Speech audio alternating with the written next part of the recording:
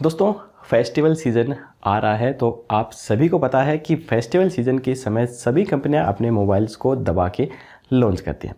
तो सितंबर के महीने में भी आपको काफ़ी सारे ढेर सारे मोबाइल देखने को मिलेंगे और ये सभी जो मोबाइल हैं इनकी सबसे बड़ी खासियत ये होगी कि ये सभी मोबाइल आपको 5G नेटवर्क पर देखने को मिलेगी। तो इससे एक बात तो क्लियर है कि जल्दी ही पूरे भारत के अंदर आपको 5G नेटवर्क देखने को मिलेगा। तो चलिए हम चलते हैं अपनी वीडियो पर और देख लेते हैं अपकमिंग सितंबर में लॉन्च होने वाले कौन कौन से ये मोबाइल हैं। मैं हूं प्रवीण और आप देख रहे हैं हमारे चैनल ट्रू अनबॉक्सिंग। तो सबसे पहले हम बात कर लेते हैं सैमसंग के बारे में। सैमसंग जल्दी ही अपने दो मोबाइलों को लॉन्च कर सकती है, सैमसंग गैलेक्सी M51 और Samsung Galaxy Z Flip Fold। तो यहाँ पर आपको सैमसंग गैलेक्सी M51 के अंदर 7000 mAh की बैटरी देखने को मिल सकती है, जो कि पहली बार होने जा रहा है कि किसी मोबाइल में आपको मतलब ब्रांडेड मोबाइल के अंदर आपको इतनी बैटरी देखने को मिले। अब देखना ये है कि इतनी बैटरी होने के बावजूद ये आपको लाइट वेट में मिलता है या फिर नहीं मिलता है, क्योंकि लाइट वेट में नहीं मिला तो इसका मोबाइल का फिर कोई फ़ायदा नहीं है। इसके अलावा इसके अंदर आपको जो प्रोसेसर है वो स्नैपड्रैगन 730 का देखने को मिल सकता है। और जो दूसरा mobile Samsung Galaxy Z Flip Fold है, ये भी सितंबर में फर्स्ट महीने में लॉन्च हो सकता है। इसके बारे में ज़्यादा जानकारी अभी से नहीं मिल पाई है। इसके अलावा सैमसंग अपने एक टैब को भी लॉन्च करने जा रहा है और ऐसा बताया जा रहा है कि ये जो टैब है ये आपको फ्लैगशिप लेवल का टैब मिलेगा, जिसका मॉडल है सैमसंग टैब S Plus। इसके बाद अब हम बात कर लेते हैं इन्फिनिक्स के बारे में। आप सभी को पता है इन्फिनिक्स भी काफ़ी दिनों से अपने बेहतर मोबाइल्स मार्केट के अंदर लेके आ रही है। तो इन्फिनिक्स जल्दी ही अपने नए मोबाइल इन्फिनिक्स Zero 8 को लॉन्च कर सकती है और ऐसा बताया जा रहा है कि इस मोबाइल के अंदर आपको MediaTek G90T का प्रोसेसर देखने को मिल सकता है। और अगर बैटरी की बात करें तो यहाँ पर आपको 4400 mAh की बैटरी मिल सकती है और ये USB Type-C के सपोर्ट के साथ आपको मिलेगा। हालांकि इसके प्राइस के बारे में अभी कुछ कंफर्म नहीं हुआ है, लेकिन वो भी आएगा तो यहीं आएगा, कहाँ जाएगा उसके बारे में भी हम आपको बता दें। इसके बाद अब हम बात कर लेते हैं आसूस की। तो आसूस भी जल्दी ही अपने नए सीरीज़ के आसूस ज़ेनफोन 7 सीरीज़ के दो मोबाइल लॉन्च कर सकता है। तो इनमें से पहला मोबाइल तो आपको फ्लैगशिप लेवल का देखने को मिलेगा और दूसरा जो मोबाइल है वो आपको मिड डे रेंज का देखने को मिलेगा। तो पहला जो मोबाइल है उसके अंदर आपको स्नैपड्रैगन 865 या फिर 865 प्लस का प्रोसेसर देखने को मिल सकता है, या फिर ये दोनों ही अलग अलग वेरिएंट में लॉन्च हो सकते हैं। इसके अलावा दूसरा जो मोबाइल है आसूस ज़ेनफोन का, वो आपको एक मिड डे रेंज का स्मार्टफोन देखने को मिलेगा, जिसमें आपको स्नैपड्रैगन 765G का प्रोसेसर यहाँ पर मिल सकता है। और ऐसा बताया जा रहा है कि ये जो मिड डे रेंज का मोबाइल है ये आपको 25 से 30 हज़ार के प्राइस में मिल सकता है। अब मुझे पता है कि काफ़ी सारे लोग सोच रहे होंगे कि sir Asus ZenFone max pro 3 जो है उसके बारे में आपने नहीं बताया है। तो इसके बारे में आपको बता दूं कि इससे रिलेटेड कोई भी जानकारी अभी से निकलकर सामने नहीं आई है, लेकिन ऐसे कयास लगाए जा रहे हैं कि ये सितंबर के अंदर लॉन्च हो सकता है। इसके बाद अब हम बात कर लेते हैं मोटोरोला के बारे में। तो आपको पता ही है मोटोरोला भी अब मार्केट के अंदर अपने बजट प्राइस में जो मोबाइल हैं वो काफ़ी बेहतर मोबाइल ला रहा है और मार्केट के अंदर इसने अपनी पकड़ भी काफ़ी मजबूत बना ली है। तो मोटोरोला सितंबर में 3-4 मोबाइल लॉन्च कर सकता है। एक तो है मोटो एज लाइट, ये लॉन्च हो सकता है। दूसरा मोटो वन, ये आपको 5G के अंदर मिल सकता है। इसके अलावा मोटो G सीरीज़ का मोबाइल भी लॉन्च हो सकता है और इस मोबाइल का जो कंफर्म है वो बिल्कुल हो चुका है।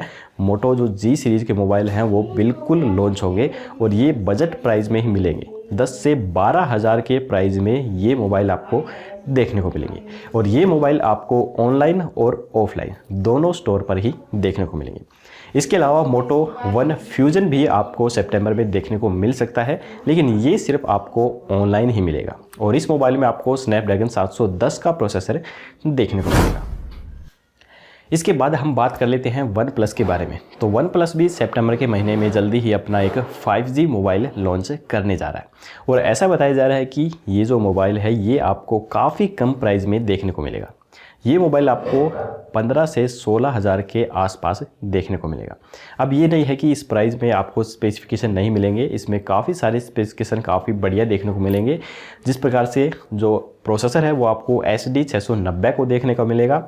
इसके अलावा जो यहाँ पर आपको चार्जिंग है वो आपको 18 वोल्ट की फास्ट चार्जिंग के साथ मिलेगा। तो फिलहाल इसका अभी से कुछ कंफर्म नहीं हुआ है, लेकिन ऐसा बताया जा रहा है कि सितंबर के महीने में ये लॉन्च हो सकता है। इसके बाद अब हम बात कर लेते हैं Xiaomi के बारे में।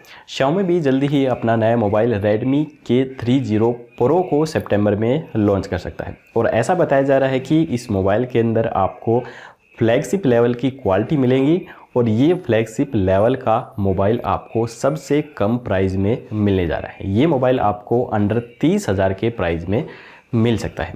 इस मोबाइल में आपको पॉपअप कैमरा तो देखने को मिलेगा ही, साथ साथ में जो प्रोसेसर है वो आपको स्नैपड्रैगन 865 का प्रोसेसर यहाँ पर देखने को मिलेगा। इसके अलावा जो स्क्रीन है वो भी आपको काफ़ी बेहतर AMOLED की स्क्रीन देखने को मिलेगी। तो अब देखना ये है कि ये किस प्राइस के अंदर हमें मिलता है। इसके बाद अब हम बात कर लेते हैं Realme के बारे में। तो ऐसा बताया जा रहा है कि Realme अपनी जल्दी ही नई सीरीज़ लेके आ रही है, Realme 7 सीरीज़। तो Realme 7 सीरीज़ के 2 मोबाइल सितंबर में लॉन्च हो सकते हैं, Realme 7 Pro और Realme 7, ये 2 मोबाइल लॉन्च हो सकते हैं। अब इसके बारे में एक चीज़ और निकल के आ रही है कि Realme जो X3 लॉन्च हुआ था उसके बाद सितंबर में Realme X7 भी लॉन्च हो सकता है।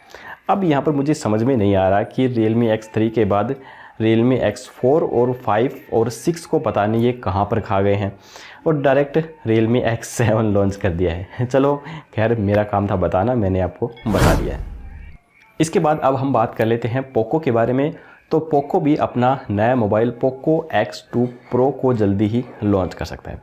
हालांकि इसका कंफर्मेशन अभी से नहीं हुआ है, लेकिन ऐसे कयास लगाए जा रहे हैं कि ये सितंबर में लॉन्च हो सकता है। अब यहाँ पे मैं आपको एक सीक्रेट बता देता हूँ कि ये जो मोबाइल है, ये जो OnePlus Nord है उसको टक्कर देने के लिए यहाँ पर उतारा जा रहा है। आपको इस मोबाइल में OnePlus Nord वाली ही स्पेसिफिकेशन मिलेंगी, लेकिन जो प्राइस है वो आपको OnePlus Nord से काफ़ी कम देखने को मिलेगा। इस मोबाइल में आपको स्नैपड्रैगन 765 का प्रोसेसर देखने को मिल सकता है। इसके बाद अब हम बात कर लेते हैं नोकिया के बारे में। तो नोकिया भी जल्दी ही अपने 3 मोबाइलों को सितंबर में लॉन्च कर सकती है, नोकिया 5.3, नोकिया 8.3 और नोकिया 6.3। तो ये 3 मोबाइल लॉन्च हो सकते हैं, और ऐसा बताया जा रहा है कि ये तीनों ही मोबाइल आपको ऑफलाइन स्टोर पर मिलेंगे, ऑनलाइन पर आपको कोई सा भी मोबाइल इनमें से नहीं मिलेगा। और यहाँ पर इनमें से जो नोकिया 8.3 है, इसके बारे में थोड़ा बहुत कयास लगाए जा रहे हैं कि ये जो मोबाइल है ये आपको 5G मोबाइल मिल सकता है, क्योंकि मार्केट के अंदर 5G की होड़ लगी है। तो शायद ऐसे में नोकिया अपने इस मोबाइल को उतार रही है, और इसके साथ साथ नॉन चाइनीज़ फ़ोन की तरफ भी लोगों का ध्यान खींच रहा है, तो इस वजह से भी नोकिया इस मोबाइल को लेके आई होगी।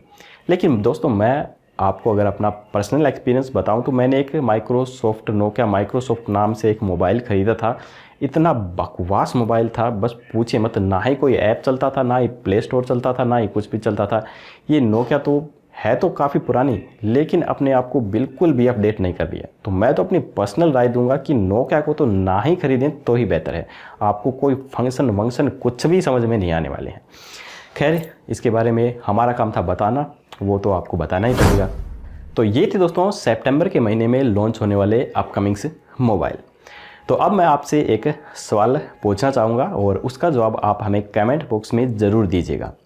हमारा सवाल है कि ऐसी कौन सी कंपनी है जो 5G मोबाइल को सबसे कम प्राइस के अंदर लॉन्च कर सकती है। इसका जवाब आप हमें कमेंट बॉक्स में ज़रूर दीजिएगा। तो चलिए दोस्तों, अगर आपको वीडियो पसंद आई तो लाइक ज़रूर कीजिएगा, और अपने दोस्तों के साथ शेयर करना बिल्कुल मत भूलिए। जल्दी मिलेंगे ऐसी एक और नई वीडियो के साथ। तब तक के लिए जय हिंद, जय भारत।